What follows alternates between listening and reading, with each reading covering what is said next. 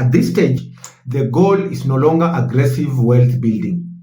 The goal changes and it becomes something far more important: protecting the wealth that you've already built while ensuring that it produces constant and guaranteed income for you during retirement.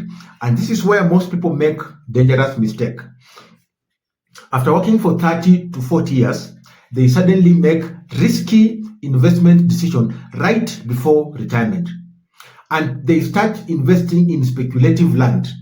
They chase high return schemes, or they move large amounts of money into investments that they do not fully understand.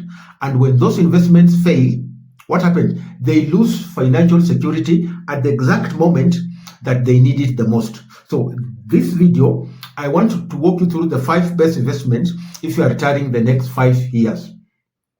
And these are not random suggestions. They are based on 3 important principles.